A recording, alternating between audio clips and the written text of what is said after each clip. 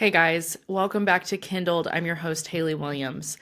Today I have a conversation for you around the topic of Candace Owens and the investigation that she has been doing on her daily YouTube show.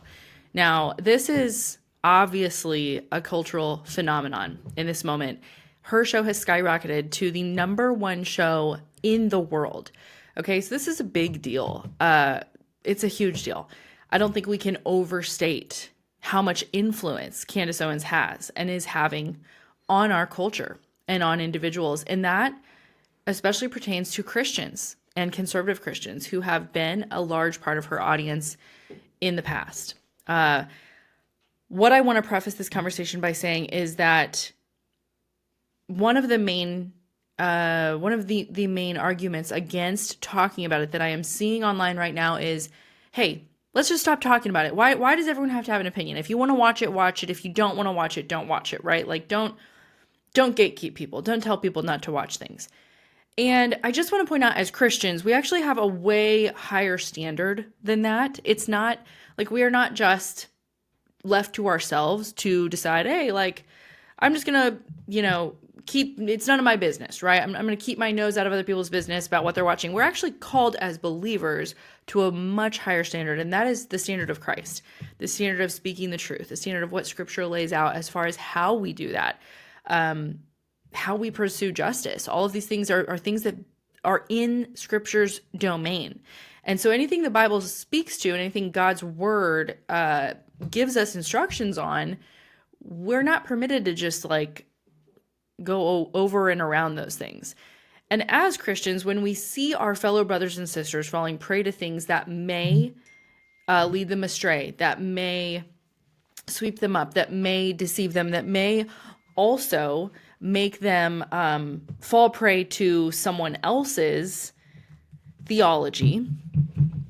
And so as Christians, when we see a brother or sister becoming susceptible to not just one person's message, but trusting someone who may not have their best interest at heart, or who we see does not have the truth about ultimate reality, does not perhaps have a biblical worldview, it becomes a burden on us to help guide, help give instruction, help give wisdom, right? That's on us as believers, because out of love, we want to keep those that we care about safe from false teaching, safe from harm, safe from being misled, safe from falling into all kinds of various things that are possible through this whole conversation. So that's my response to why are we talking about this, and why not just let everyone be and leave everyone alone and don't have anything to say, don't have an opinion, because that's just not, that's not what the Christian does.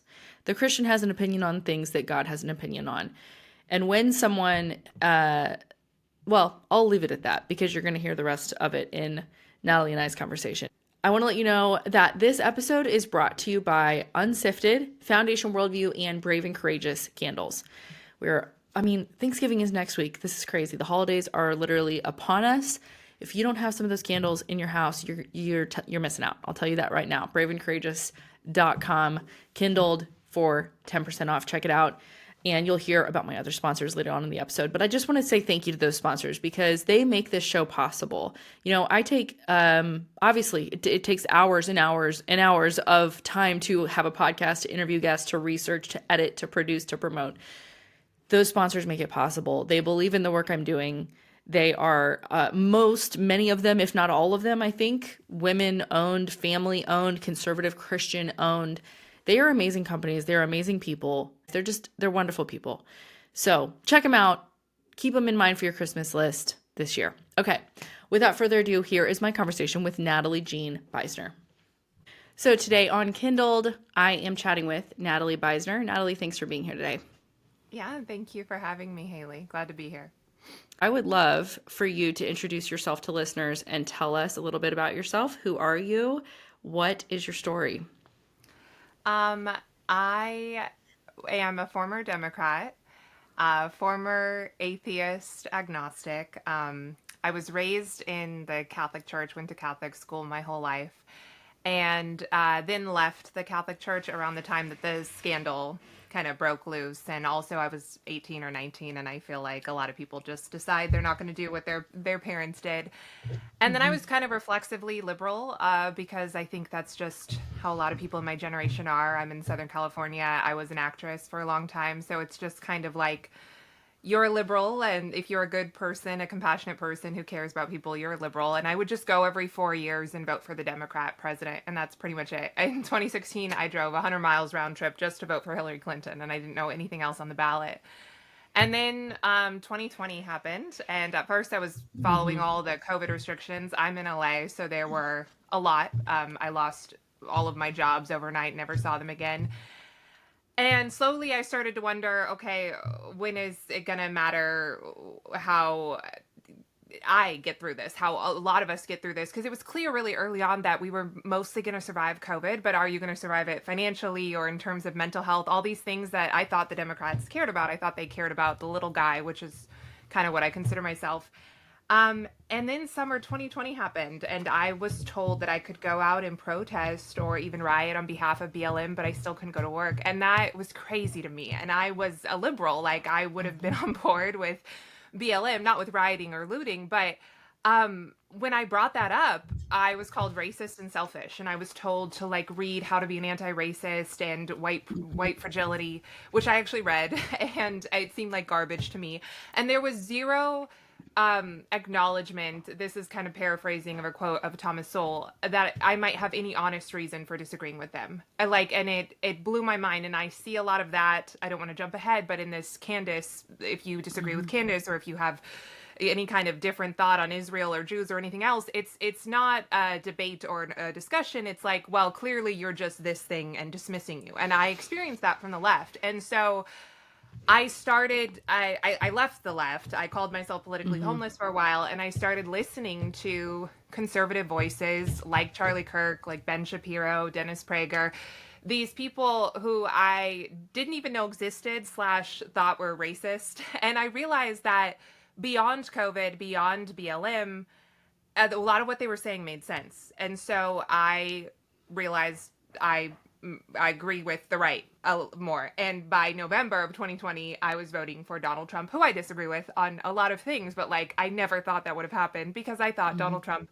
was a racist who thought that neo-Nazis were very fine people. And like realizing that I had been lied to about that was like another punch in the gut of betrayal. So in all that, I started opening my Bible again, and it was during COVID. And I honestly would have gone back to a Catholic mass because that's all that I knew. I like didn't realize there were so many other types of Christians. Mm-hmm.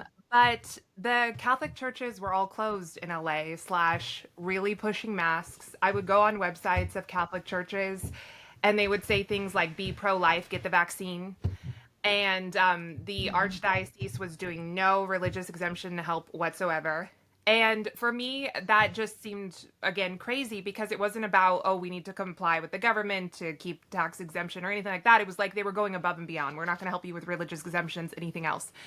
And so I had to go around and look at other churches, and I experienced really for the first time in being outside of the Catholic Mass, um, I experienced the Holy Spirit. I experienced what it is like to worship fully centered on Jesus, and that's not an experience I had in the Catholic Mass.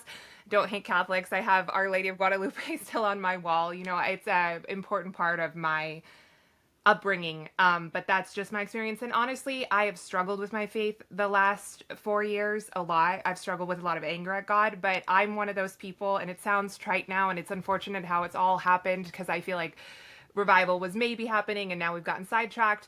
But when Charlie Kirk was assassinated, I was one of those people before I even knew it was a thing who was like, I'm going to buy a Bible. Even though I already had a bunch of Bibles, I'm like, I'm going to buy a new Bible and I'm going to have space for notes in the margins and I'm not going to miss a Sunday. I just feel for the first time in my life extremely convicted to that.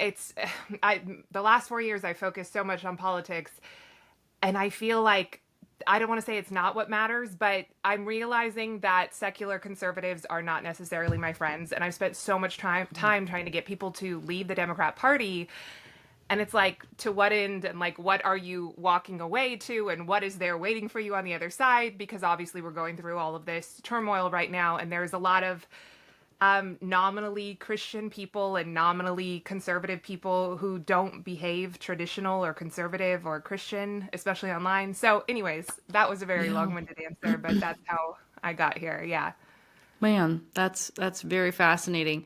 So, leaving the Catholic Church did happen, you said around 2020, but you kind of were focused on politics the last 4 years, and then the Charlie Kirk assassination was what kind of prompted you to want to kind of get back into a church. Is that right?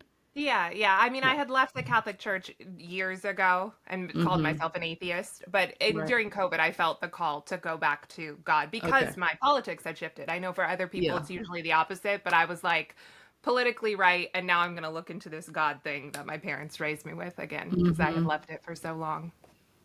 Man. And so, what about Charlie's death made you go, I need to get back in church? Like, have you put a finger, point on that in your own mind of, because I obviously saw that, and we saw a lot of that from people, testimonies online of like, I'm going to church this Sunday, and there was just like so sweet. And I saw a ton of that. But speaking to someone who really had that experience, I'm curious if you've unpacked in your own mind, like why that was. Well, of course, I've never seen anything like that before. I think a lot since the 1960s, I guess, nothing like that has really happened to that level.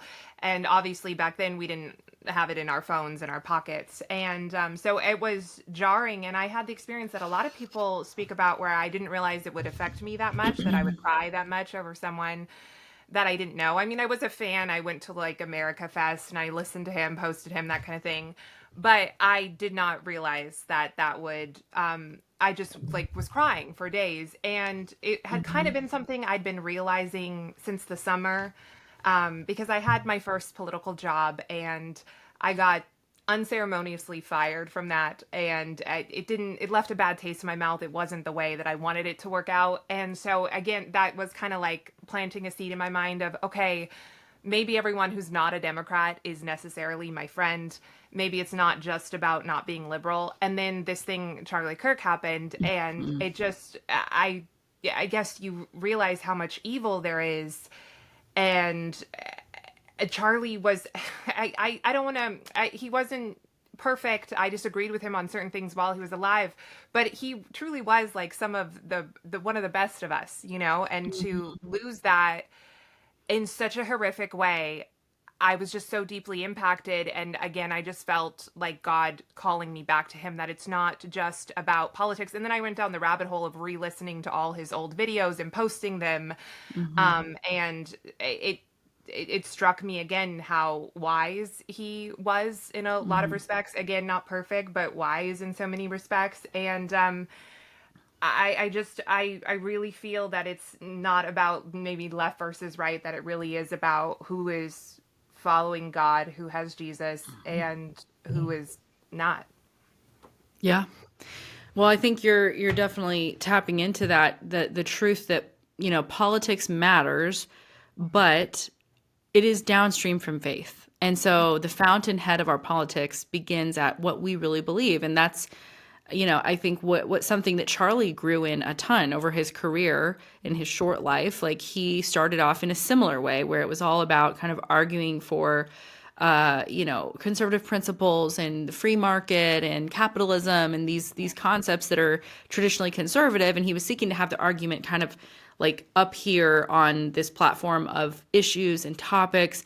And I'm sure because he was the one boots on the ground having those conversations, you often feel like you're just spinning your wheels because the things that undergird those beliefs and those convictions are so much deeper than the thing. Like the thing is not about the thing. And I think he understood that and he started to see that and started to really like dig deep and kind of burrow into the foundation of like, why do I believe these things? Why am I convicted that this is the right way, this system of government or limited government, or why do you have a right to life? Why does a baby have a right to life? Like all of these things that you could argue abortion on the surface, but if you can't get down to, someone's really spiritual and religious beliefs, then you're never You know, you're kind of arguing based on maybe what science can prove or not prove, but now we're so far past that. They don't even care. You know, like they simply don't care because it's their body, it's their right. And so you do have to appeal to a higher power and something outside of us. And so I think that that's a really cool trajectory to see. And I think a lot of people have gone on that, you know, that same path of realizing. So something that you just said about it's not left versus right. That's something that Candace says a lot. And I know that's not what you mean, but let's talk about that for a second, because that is something that I've heard her say several times recently. And she's hinted at this idea that like the real matrix is getting out of this idea that it's left versus right. And it's actually what it really is the people versus the government. And the government is against us. And if we would just break out of that matrix, then we would all like live together, peace, kumbaya, and everything would be fine, right? Yeah. Yeah. What are your thoughts on that? Yeah, I guess what I mean by that is that, like I was saying, I don't. Well, first of all, what does it even mean to be on the right? These terms have become the right has become so big. We're like the umbrella now that it's everyone from I don't know, Nick Fuentes to to Ben Shapiro. Like it's everybody, and then it's just people who love Donald Trump too and aren't conservative at all, because Donald Trump really isn't conservative. So it's a little bit meaningless. But I guess what I mean by it is that all of these people on the right are not necessarily fighting for the same thing that I'm fighting for.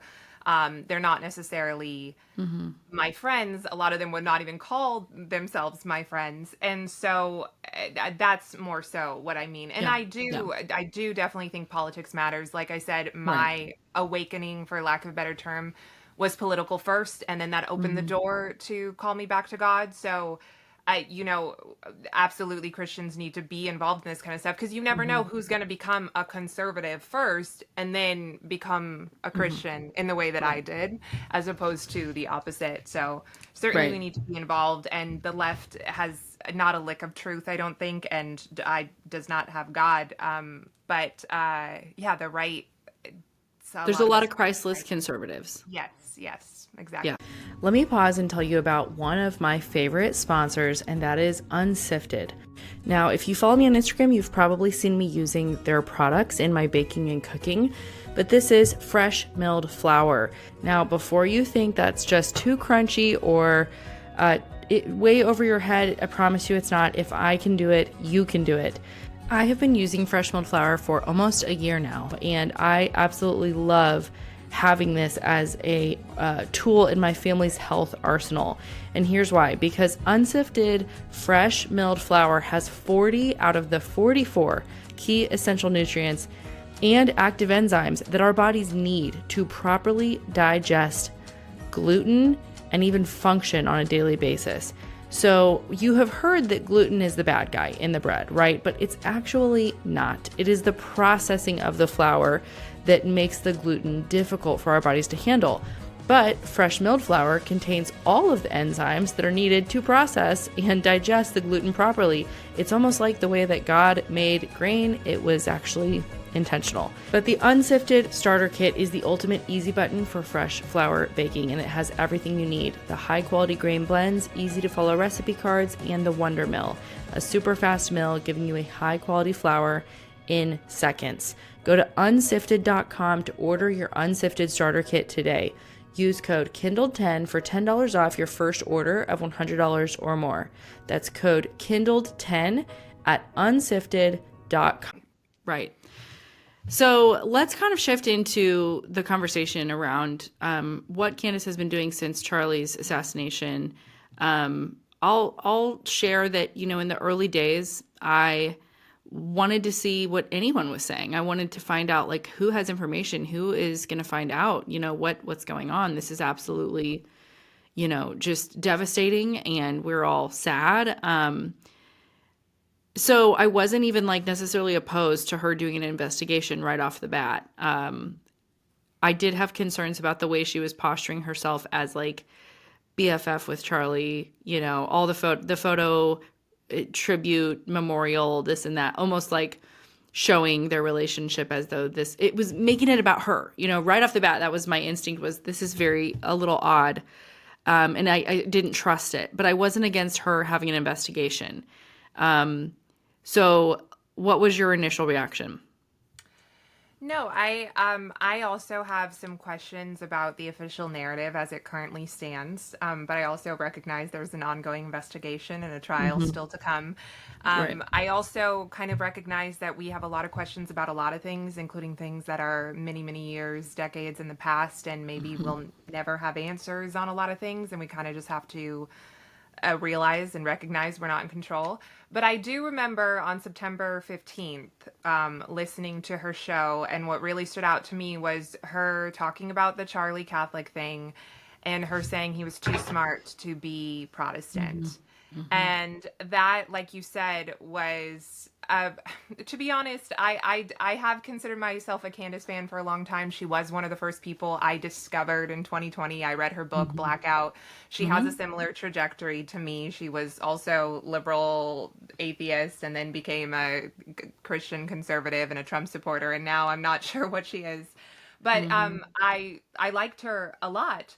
But in recent years, I've been thinking, okay, she seems like there's never a bridge she's not willing to burn. I don't want to gossip about her, but there seems to be a lot of smoke around Candace all the time. And at a certain point, it's like you are the common denominator. So it has struck me that she's a little mean spirited, it seems at Hmm. times, and I definitely like am mean spirited online sometimes too, trying to be better at that. So, but that was in my mind. But then when she said he was too smart to be Protestant, it was like you said, she's making it about her. It was about her Hmm. conversion to Catholicism, and Yeah.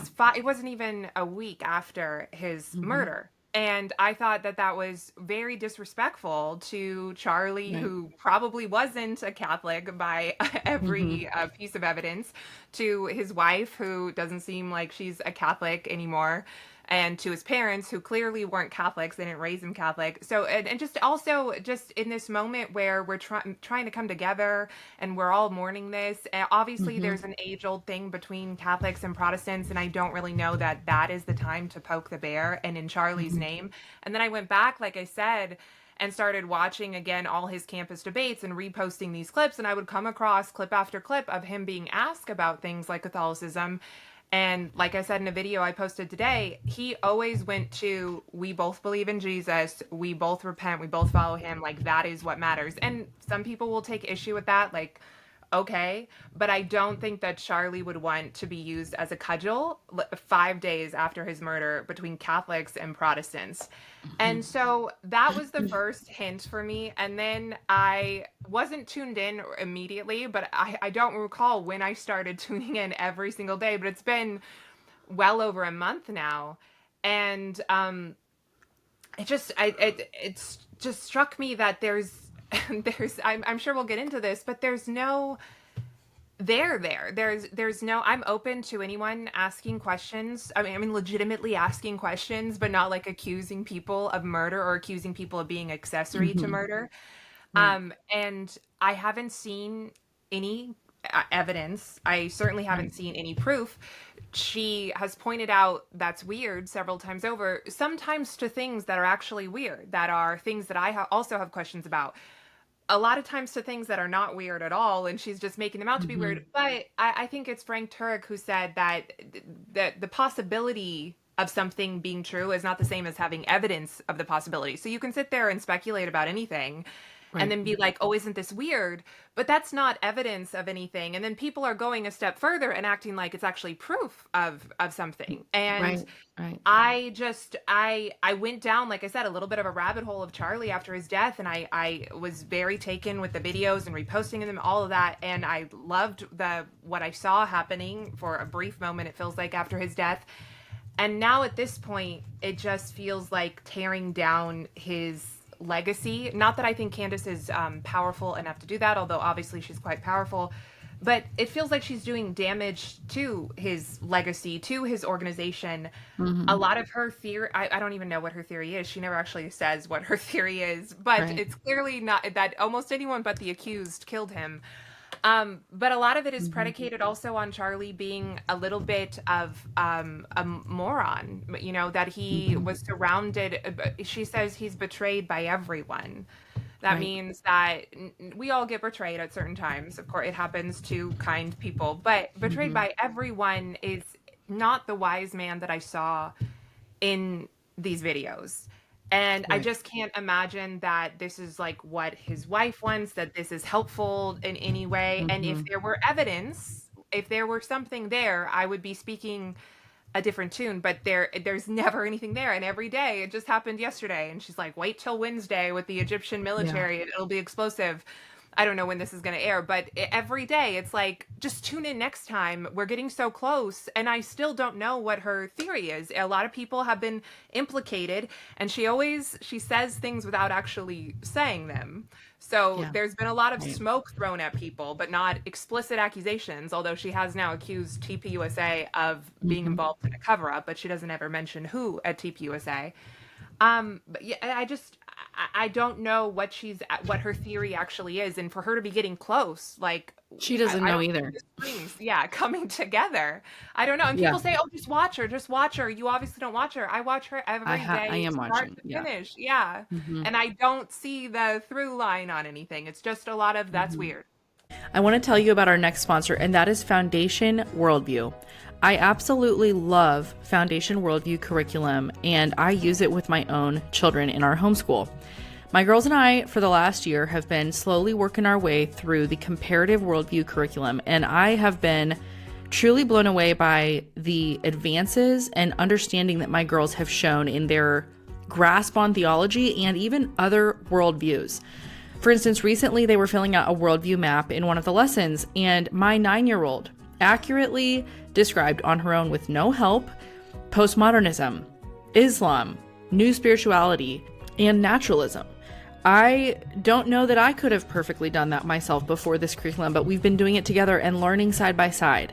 I am just so thankful that my girls at such a young age are getting an introduction to our worldview, which of course they're steeped in all the time through our homeschool, church, Bible reading, all of that, but then also comparing and contrasting that to what other people believe. It's giving them an awareness for the reality that our worldview is not the only one that is out there. And we have to learn to discern the difference between not just wrong and right, but right and almost right.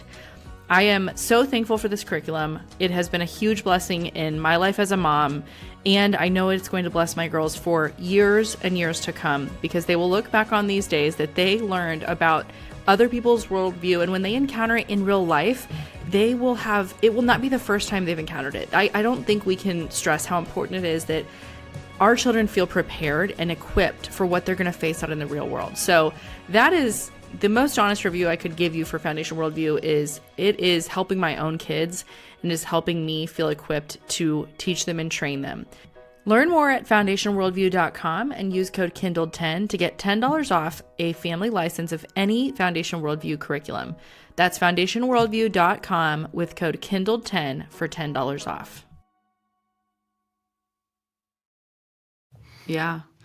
Yeah, I think that was a good overview for anyone who's not been listening. I do have a lot of followers and listeners who have said, thank you for doing God's work, because I can't bring myself to watch it anymore, but they still want to understand what's being said and what's being claimed without having to actually consume it themselves. So I think that's, it gives people an idea. I do think one thing you just hit on about this is key to understanding how Candace operates is she speaks between the lines. The message that she wants you to get is between the words that she is saying. It is not the actual words. It is the subliminal messaging. It is the between concept. That's why you see that with a lot of their little slogans, like we don't know, but we know. What does that mean? Well, I don't have proof, but I know who did it. Like, let's be honest. Look, can't you? We can all see, right? And so that is saying something. Now, obviously, she's doing that because it absolves her and exonerates her from the guilt of actually making a false accusation. So it's a very convenient and, easy, lazy man's way of saying what you want to say without saying it and then and getting to be held accountable for it. But her theories seem to be pretty much that TPUSA is involved. That's clear. at some level. Now, she has also said she's been very back and forth on this. I think she says whatever serves her in the moment, right? Because she said, I want war with all of you. Speaking to TPUSA, okay? Well, right now, TPUSA is Erica Kirk and the staff, okay? So then people took that to mean, oh, like you are implicating Erica. And there's a ton of people doing that online. So how am I supposed to know that you don't mean Erica? You must mean Erica. And then Ben Shapiro said something about that to Megyn Kelly a couple days ago. And Candace blew up at him and was like, I never said Erica was involved. Are you serious? How are you putting these words in my mouth? But she clearly was implying that, people aren't acting right. People aren't grieving right. Saying these things, these criticisms. And by the way, none of this is gossip because this is public commentary on a public figure. So, we don't need to feel bad about that. We're not spreading lies. We're just evaluating and analyzing what she has said in her own words, which is completely fair game. But yeah, she has totally thrown Erica in, at least under the suspicion of like sketchy. There's something off. There's something weird at the very least. And at the most, you could say she has flat out said that Erica somehow bears some amount of guilt, even if she is not like directly involved, because like, why else would you say, again, we could put a ton of clips in here. We're not going to, but there's a lot of times where she does this, where she's between the lines. You know exactly what I'm talking about, And so then people will say, well, she never, it's like the people who are super literal, I think are falling for this because I have had people say, well, she hasn't said Erica did it, has she? And I'm like, guys, come on. Like the weird thing is they can follow Candace with certain things like we don't know, but we know, but then they can't see the other messaging from her. And I'm not sure exactly why that is hard, but I have seen a ton of this messaging happening between the lines with her. And I think that is like kind of her signature play is she doesn't have to come out and actually say a whole lot to say a ton. You know what I'm saying? Yeah. She is very good at saying things without actually saying them. And you would have to be stupid to not realize what she's saying. Mm-hmm. But I think a lot of people, I know a lot of people, she brags about this, who are in her audience are leftists. Not all of them, but she does have a lot of liberal fans. Probably a lot of them are godless. I think a lot of people are trying to fill a God-shaped hole with this desire for, like I said, it was horrific what happened to Charlie. We all know it. It was jolting.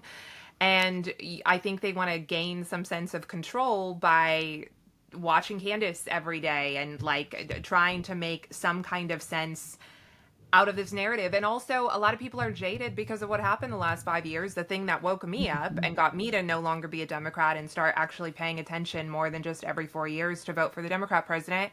And so it's like a perfect storm of all of this. But no, on multiple occasions, she has said that his entire life was the Truman Show. His entire life, that was her word, entire life. Mm-hmm. She said he was betrayed by everyone. She tweeted that out. She's said it multiple times. She said no one at TPUSA is acting right. There was an episode where she multiple times probably, where she explicitly called out the TPUSA executives, but then exonerated the little people, quote unquote, at the bottom. Mm-hmm. So the little employees, so not Erica Kirk. And then for a long time, she was never mentioning Erica Kirk at all. It wasn't until last week that she kind of tepidly exonerated Erica Kirk, kind of, not really. Like, she knew for a long time what was happening in her comments. She knew what was happening online. Erica Kirk can't do anything, and it's been like this since day one, without everybody taking an issue with it. From the minute that a couple days after his murder, she showed up in the podcast studio and gave that speech. Every single thing that she does is wrong. Too much makeup, no makeup, everything, whatever she wears, it doesn't matter. Candace isn't stupid. She knows that Erica Kirk is getting a lot of it from everybody, including a lot of her fans. And it took her until last week, when she's been doing this since September 15th, to say anything about Erica Kirk, directly address it. And I'm not mischaracterizing it. Her defense of Erica pretty much amounted to she's the mother of Charlie's children, and that's all that's left of him in the world. So I wouldn't make up lies about her. I mean, and it was clear that this was not like a full-throated defense of this woman. It's clear to me, it's seemingly these women are not close, which kind of Right. tells Definitely me, not. No. yes. So I don't think, and I got this This is sense, not how any of us would talk about our friend, right? Like right? this, like Yes. any woman knows, yeah, they're not friends. That was very So clear. her and Charlie weren't close at the end, and No, we they all were not. kind of sensed that. Charlie didn't. He always, in her defense, in Charlie's defense, maybe he referred to her as a friend till the very end. Like he was very loyal. I've seen clips of him in the last year on campus calling her a friend, and he wouldn't talk bad about her. But it was clear that they did not have the closeness that they used to have, which is why all of Candace's text messages from Charlie are 7 to 8 years old when Right. he was very, very young and naive. And I don't believe, we know that Candace is not close to Erica. And she kind of says that. She said, if I had been advising Erica, Erica wouldn't have taken the CEO role. Well, clearly she's not your girlfriend because you would say that privately and not publicly after the fact. So Charlie wouldn't be friends with a woman who is not friends with his wife, in my view. Yeah. Again, I don't want Yeah. to paint Charlie as some kind of figure he wasn't, but No, by I all heard that he accounts, had that rule, like the Franklin Graham rule, like just not yes. having friends that are not your wife. And that's just like wisdom as a married man. Like, Yes, and you can tell these two women are not close. For her to take her up until last week, and there really was no defense. And she even said, actually, Erica Kirk is wearing two hats, which is true. She's a grieving widow, and she's also the CEO. And it's fine to criticize Erica Kirk in her role as CEO because she's the CEO. So.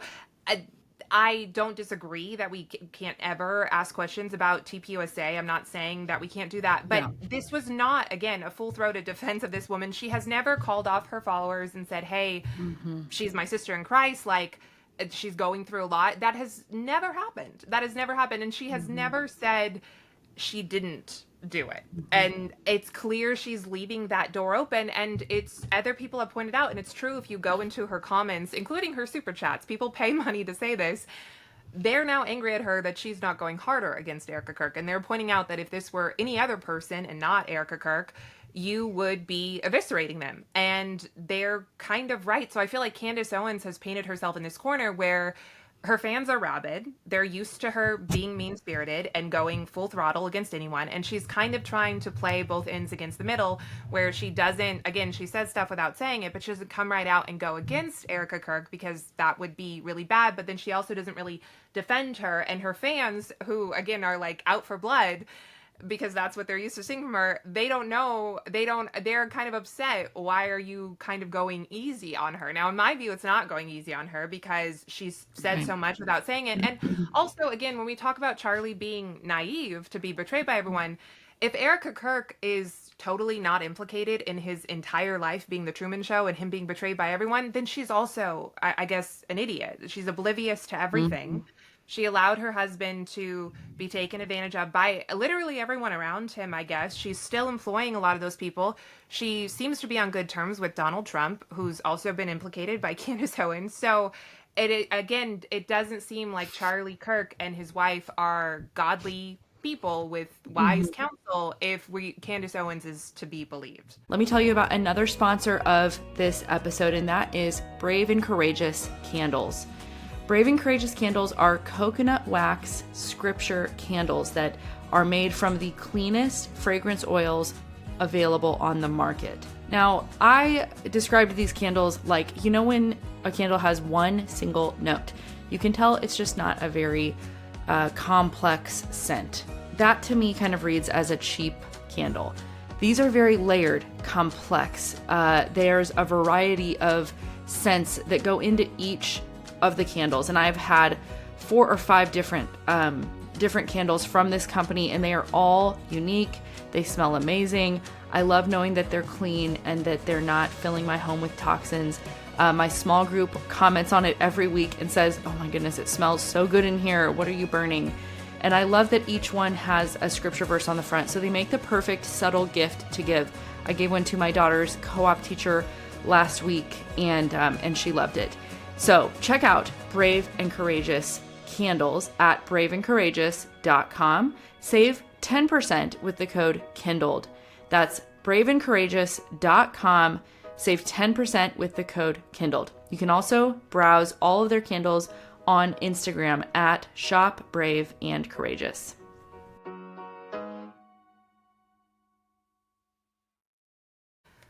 Yeah. Yeah, exactly. And she, she's like, I want to talk about how the fact that you said she has torn down his legacy and is seeking to do that. I mean, I find it odd that she was engaged and it's like she's playing both sides of the coin, both sides of the field. I know this organization. I worked for this organization. I was heavily involved. Let me show you how recently I've been involved. Oh, I was doing speaking engagements last year through them, but at the very same time seeking to discredit and, assign guilt, assign distrust, sketchiness, all these terrible corrupt people who work there, all these terrible we'll get into it a little bit later, but these pastors, these NAR related pastors who are involved. And yet it's like, but they were involved when you were still doing speaking events. So which is it? So you were a part of it too, Candace. Like, how are you exonerated when you are on one hand proving how recently you've been involved, and on the other hand arguing how terrible it is, and Right. I don't know what would her followers aren't bringing these things up, aren't asking these questions, like, well, which is it? That's a good point. Yeah. And I think a lot of people are not thinking critically. They're viewing this as if, like Ali Stuckey said, like it's a Netflix drama. She's Yeah. covering it with the same attitude that she covered the Justin Baldoni, Blake Lively drama, which was like a little bit interesting, and the Brigitte McCrone stuff. It's like gossipy and tabloidy, and I think people are just again looking for that sense of control and so into it. They think they're asking questions, but again, like Ali pointed out, they're not actually asking any questions. They're letting Candace ask the questions, and really it's her accusing people. And to your point about, okay, well, how are you involved in the organization very recently? She's still on the website, I believe. I checked it. I checked it, I think, a few weeks after his murder, and she was still on the website. So it seems like she has all this beef with TPUSA that TPUSA didn't really have with her. I think now maybe they have different feelings, but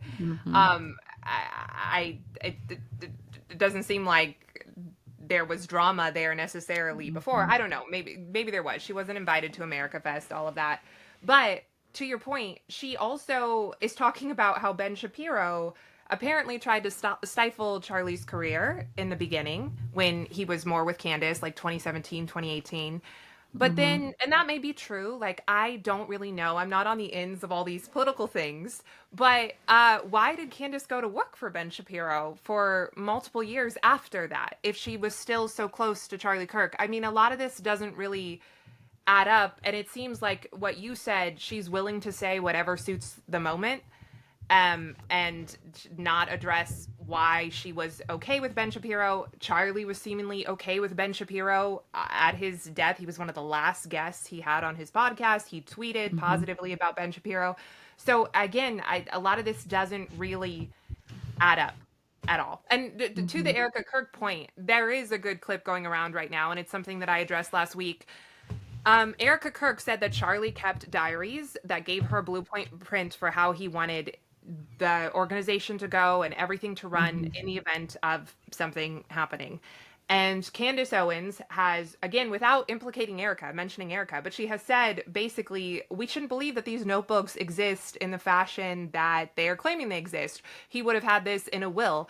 And maybe he does have it in a will. I don't know. But Erica Kirk is claiming that there are these notebooks that he left to her with a blueprint for how he wanted things to run. And Candace, she plants these little seeds of doubt, like, oh, we're never going to see those notebooks, but we're just supposed to believe that they exist. And they're just painting him as this Zionist, and he was easier to control in death. Again, she doesn't say Erica's lying, but Erica has spoken about these notebooks. So again, you are by the transitive property calling Erica Kirk a liar. And it's this this idea, the last point, that you are entitled to every little piece of this man's life. Like, you're entitled to all the footage, everything he wrote in his diary for his wife. And unless you see it and like hopefully show it to your fans on the live stream, or at least see it with your own eyes privately, then you're not going to believe that it exists. And you're just going to plant these little tiny seeds of doubt, these little threads that are never going to actually lead to any endpoint. So well said. I think that's one of my chief concerns slash I can't believe that it's real. The arrogance and hubris that it takes to be like, I deserve to see this footage, and if you do not show me this footage, you're hiding something. It's proof that Mhm. you're hiding something. Yeah. I mentioned last week that that is a Kafka trap. So she has trapped people in this logical fallacy where if you don't do something, then it's proof that you're guilty, right? Mhm. And so there's no way for them to argue that they're not guilty. If they give it to her, they'll be guilty because they're turning over evidence to Candace. If they don't give it to her, that proves that they're guilty. And she, I don't understand why she believes she is entitled, like you said, to that footage. Why was the security camera footage taken down? I don't know. If you believe the guy's story, it's because he thought somebody could steal it. Seems reasonable to me. And then I think yesterday's episode, she was saying, oh, that was about the hospital footage. She was saying that the feds took that footage. But again, she's like, in I would imagine this is obviously such a high profile case. It doesn't surprise me that the feds would want any footage from that day where Charlie went the Yeah. whole day. I mean, my first thought is because they want to make sure there was no funny business done, right? They don't want like you could spin it either direction. You could spin it as they're hiding something, or they want to make sure that they have all of the evidence from that day to exonerate the people who were with him, to make sure that there's no fishy business, being claimed of the medical staff that day.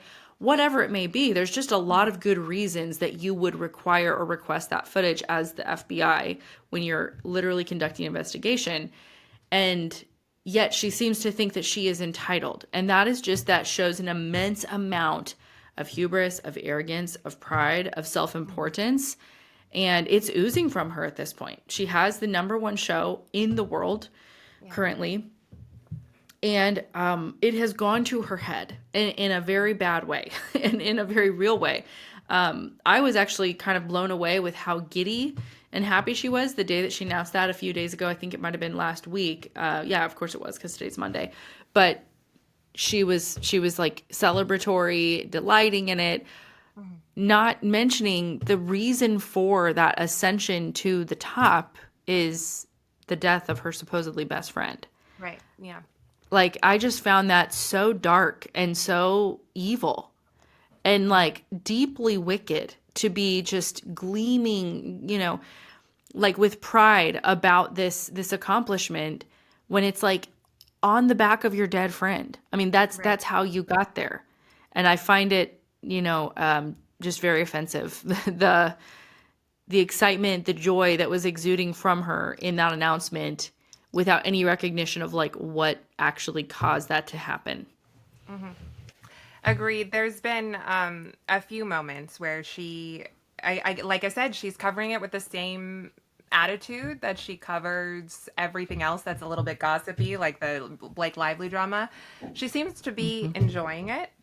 Yeah. She obviously is very, very cocky, filled with a lot of pride, and I, I I struggle with that too, but like I don't love to see it, and I have asked a couple times like, where is the fruit of the spirit here? And people will say the fruit is truth. Her fruit is truth, which is not a fruit of the spirit. And I'm sorry, I feel like in general there is this thing among Christians online who are outspoken and have big followings and are influencers, where like they emphasize the flipping of the tables, and like as long as you're speaking truth, it's okay if you say it gracelessly. And God doesn't say like, oh, if someone was murdered, just forget everything that I wrote here. If you're speaking the truth against the liberals or against the globalists, then forget everything I wrote here.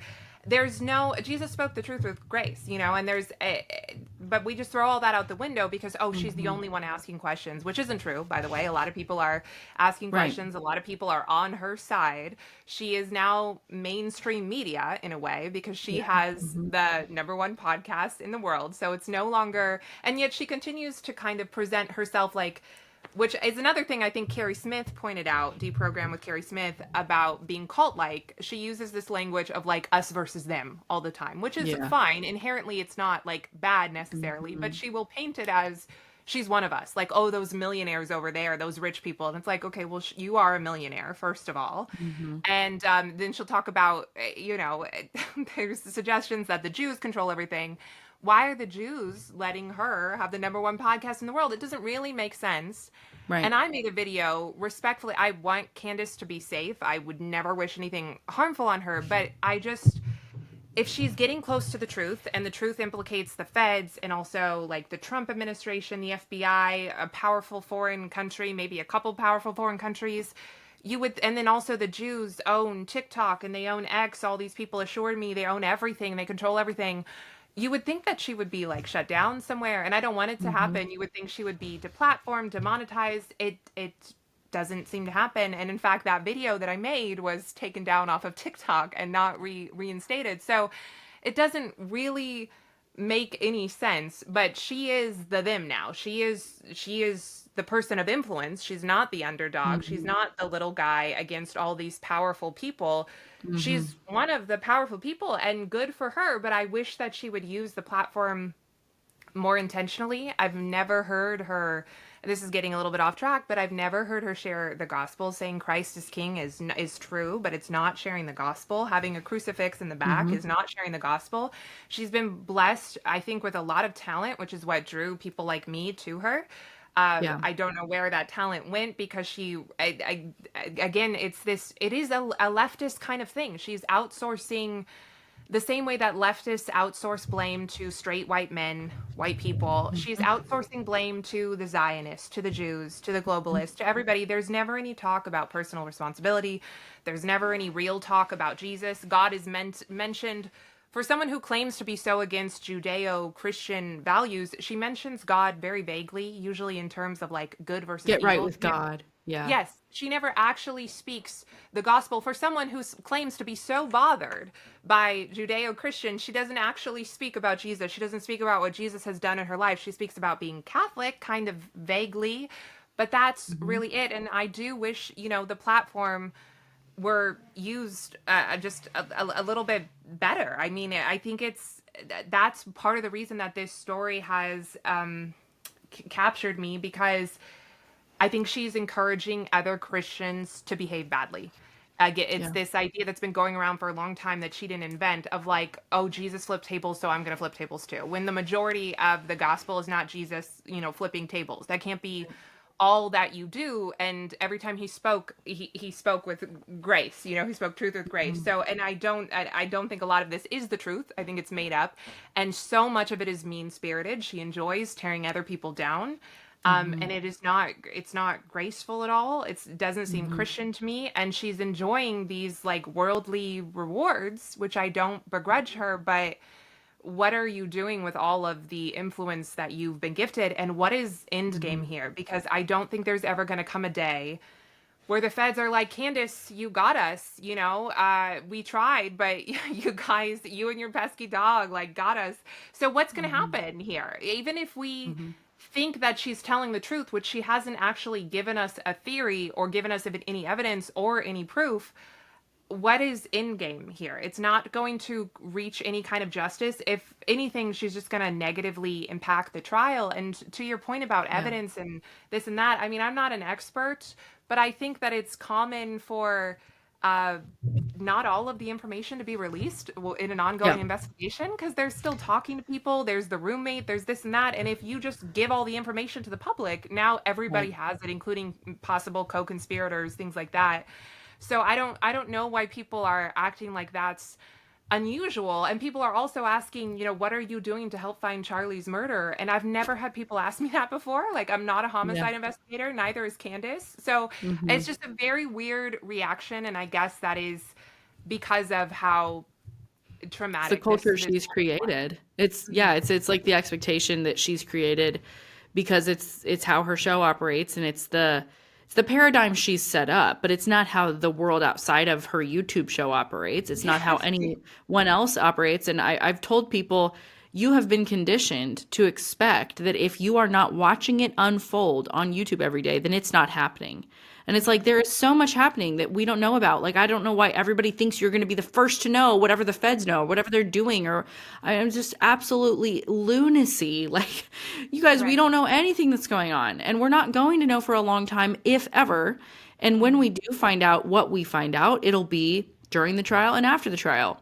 And even in that, there might be a lot of things we still don't know and still don't have Right. access to. So I just don't understand why everybody thinks that like you said, we've all become so, anesthetized to reality through these real crime documentaries Yep. or these real crime podcasts or audiobook series that, and I used to listen to them. I gave that up years ago because I realized it was just like me feeding on and enjoying evil and darkness and, things that were really honestly not healthy for my soul. And I feel like a lot of this is in the same vein of it's just like it rots your soul and your mind. It's not good for you. It's not good for you to think about these things 24/7.